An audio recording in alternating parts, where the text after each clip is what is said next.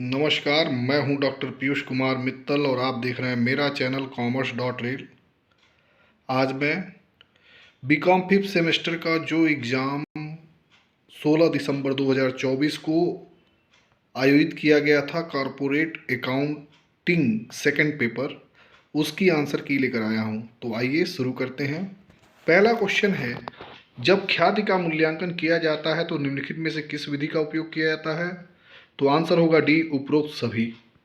Next question है, निम्नलिखित में से कौन सा चर कंपनी की ख्याति पर कोई प्रभाव नहीं डालता है? तो आंसर होगा सी, ग्राहकों के स्थान कंपनी के ग्राहकों द्वारा निर्धारित किए जाते हैं। नेक्स्ट क्वेश्चन है, वार्षिकी के आधार पर ख्याति की गणना इस प्रकार की जाती है? तो आंसर होगा ए, पूर्वानुमानित भावी लाभों के छूटे हुए मूल्य को एक साथ जोड़ा जाता है। नेक्स्ट क्वेश्चन है कि ख्याति को संदर्भित किया जाता है? आंसर होगा डी, सभी संपत्तियों से, ये अचल, वसूली और अमूर्त, सब उपरोक्त सभी। नेक्स्ट क्वेश्चन है, ख्याति का भुगतान प्राप्ति के लिए किया जाता है? भविष्य के लाभ के भुगतान प्राप्ति के लिए किया जाता है। सामान्य लाभ शब्द का संबंध है समान उद्योग में समान कंपनियों द्वारा अर्जित लाभ। आंसर होगा डी। नेक्स्ट क्वेश्चन है, ख्याति पर मूल्यह्रास लगाया जाता है? नहीं लगाया जाता। आंसर होगा डी। नेक्स्ट क्वेश्चन है, व्यवसाय की खरीद पर ख्याति है शुद्ध परिसंपत्तियों पर क्रय प्रतिफल की अधिकता। आंसर होगा ए। नेक्स्ट क्वेश्चन है, ख्याति का निर्धारण करना आवश्यक है? तो आंसर होगा कंपनी की बिक्री के समय। Answer B. नेक्स्ट क्वेश्चन है, ख्याति का मूल्य सबसे अधिक होता है? तो आंसर होगा सी, बिल्ली की प्रकृति की ख्याति में। नेक्स्ट क्वेश्चन है, औसत लाभ में व्यवसाय के मालिक को दिया जाने वाला उचित पारिश्रमिक घटाया जाता है? आंसर होगा ए। अंशों के मूल्यांकन आवश्यक है सभी दशाओं में? आंसर होगा डी। नेक्स्ट क्वेश्चन है, अंशों की आंतरिक मूल्यांकन विधि है? तो समता विधि है। नेक्स्ट क्वेश्चन दिया है, अंशों का नाम मात्र मूल्य जो परिसंपत्तियों की सुरक्षा द्वारा सुरक्षित होता है आमतौर पर होता है कम होता है। ठीक है। आंतरिक मूल्य विधि में निम्नलिखित परिसंपत्तियां शामिल होती हैं? ख्याति होती है। शुद्ध परिसंपत्ति विधि में डैश परिसंपत्तियों को निम्न मूल्य पर लिया जाना चाहिए, पुनर्मूल्यांकित मूल्य पर लिया जाना चाहिए।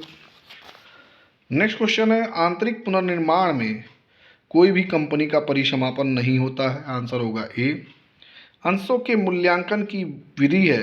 आंसर होगा डी, उपरोक्त सभी। नेक्स्ट क्वेश्चन है, निवेशक के दृष्टिकोण से अंशों के मूल्यांकन की सबसे उपयुक्त विधि है? आंसर होगा A, net assets method. Next question method है, अंशों के मूल्यांकन के संबंध में नियोजित पूंजी का अर्थ है बुक वैल्यू ऑफ एसेट्स। ठीक है, क्या लिखा है? Book value of assets.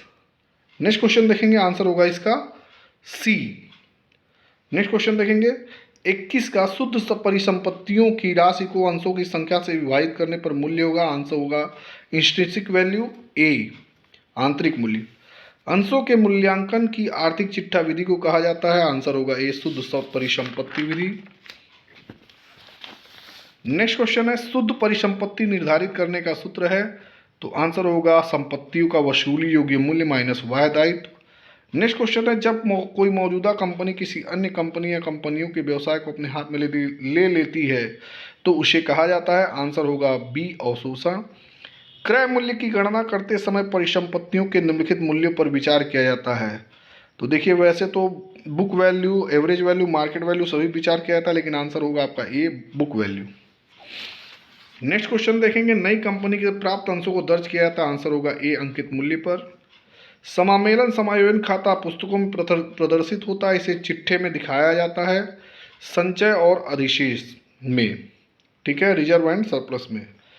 एकीकरण के मामले में विविध व्ययों को शामिल किया जाता है? ठीक है, एकीकरण के मामले में जो विविध व्यय होते हैं उनको कहाँ शामिल किया जाता है? मिसलेनियस एक्सपेंसेस, तो रियलाइजेशन अकाउंट में। नेक्स्ट क्वेश्चन देखेंगे, यदि विनिमय किए गए अंशों के आंतरिक मूल्य समान नहीं है तो अंतर का मूल्य भुगतान किया जाता है? तो आंसर होगा कैश में। आंसर होगा ए। नेक्स्ट क्वेश्चन है कि डैश के मामले में एक मौजूदा कंपनी किसी अन्य कंपनी के व्यवसाय को संभालती है और कोई नई कंपनी नहीं बनती है? तो आंसर होगा बी, अवशोषण के केस में। नेक्स्ट क्वेश्चन लिखा हुआ है, कि क्रय प्रतिफल की गणना शुद्ध परिसंपत्ति विधि के अंतर्गत जो परिसंपत्तियां नहीं ली जाती हैं वे क्या हैं? अंश निर्गमित व्यय है। दो कंपनियों के विलय की दशा में दोनों कंपनियों का अस्तित्व समाप्त हो जाता है। विलय की जगह एमलगमेशन, एकीकरण लिखना चाहिए था इसको, एमलगमेशन इंग्लिश में लिखा हुआ है, देख लीजिए। जब क्रय की जाने वाली कंपनी क्रय प्रतिफल का भुगतान करती है तो उसे निम्न खाते में डेबिट किया जाता है। आंसर होगा सी, विक्रेता कंपनी के परिसमापक का खाता। नेक्स्ट क्वेश्चन है, जब क्रयकर्ता कंपनी परिसमापन व्यय वहन करती है तो इसे निम्न खाते में डेबिट करती है। आंसर होगा सी, ख्याति खाता। AS 14 के अनुसार क्रय प्रतिफल देय है तो आंसर होगा ए, अंशधारकों को। 36वां क्वेश्चन है कि जब क्रयकर्ता कंपनी किसी विशेष दायित्व को नहीं लेती है और विक्रेता कंपनी उस दायित्व का भुगतान करती है तो उसे डेबिट कर देगी दायित्व खाते में। ठीक है, तो वो उसे डेबिट कर देती है, में डेबिट कर देगी, ठीक है, दायित्व खाते में। जब शुद्ध परिसंपत्तियों का खरीद मूल्य से कम होती है तो अंतर होगा। ठीक है, जब शुद्ध संपत्तियां खरीद मूल्य से कम है तो अंतर होगा ख्याति खाते के डेबिट में होगा। ठीक है, नेक्स्ट क्वेश्चन देखेंगे, क्रय प्रतिफल की गणना करते समय परिसंपत्तियों के डैश मूल्य पर विचार किया जाना चाहिए। तो देखिए, बुक वैल्यू पर विचार किया जाना चाहिए। ठीक है,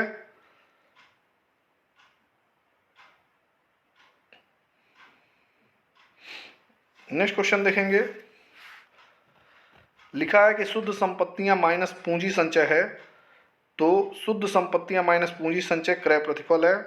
नेक्स्ट क्वेश्चन देखेंगे, जब परिसमापन व्यय का भुगतान विक्रेता कंपनी द्वारा किया जाता है तो इसे डेबिट किया जाता है वसूली खाते में। नेक्स्ट क्वेश्चन देखेंगे, जब कंपनी से प्राप्त अंशों को दर्ज किया जाता है तो नई कंपनी से प्राप्त अंशों को दर्ज किया जाता है। आंसर होगा अंकित मूल्य पर। नेक्स्ट क्वेश्चन लिखा है, यदि अवशोषण के समय खरीद के लिए दिए जाने वाले अंशों का बाजार मूल्य प्रतिफल है तो अंशों का डैश निर्धारित करना होता है। क्या निर्धारित करना होता है? आंतरिक मूल्य निर्धारित करना होता है। नेक्स्ट क्वेश्चन है, कंपनियों का विलयन डैश के द्वारा नियंत्रित होता है, तो आंसर होगा AS 14 के द्वारा। नेक्स्ट क्वेश्चन है, समामेलन का मुख्य उद्देश्य है। आंसर होगा डी, सभी। नेक्स्ट क्वेश्चन, देयता के बही मूल्य और देयता के वास्तविक भुगतान के बीच का अंतर किसमें स्थानांतरित किया जाता है? ख्याति खाते में। आंसर होगा गुडविल अकाउंट में। नेक्स्ट क्वेश्चन है, विविध परिसंपत्तियों को वसूली खाते में बुक वैल्यू पर स्थानांतरित किया जाता है। आंसर होगा बी। नेक्स्ट 47 नंबर क्वेश्चन है, वसूली लाभ को क्रेडिट किया जाता है समतांतधारकों के खाते में। पूलिंग ऑफ इंटरेस्ट विधि का उपयोग किया जाता है। आपको मालूम है कि पूलिंग ऑफ इंटरेस्ट विधि का उपयोग विलय में किया जाता है, विलय के स्वभाव के एकीकरण में। 49 नंबर क्वेश्चन का आंसर होगा ए, 12,000 रुपये। और 50वें क्वेश्चन का आंसर है, आंतरिक पुनर्निर्माण के समय संपत्तियों के पुनर्मूल्यांकन पर लाभ को क्रेडिट किया जाता है पूंजी कटौती खाते में। आंसर होगा कैपिटल रिडक्शन अकाउंट। आंसर होगा डी। तो ये थे हमारे कारपोरेट अकाउंट के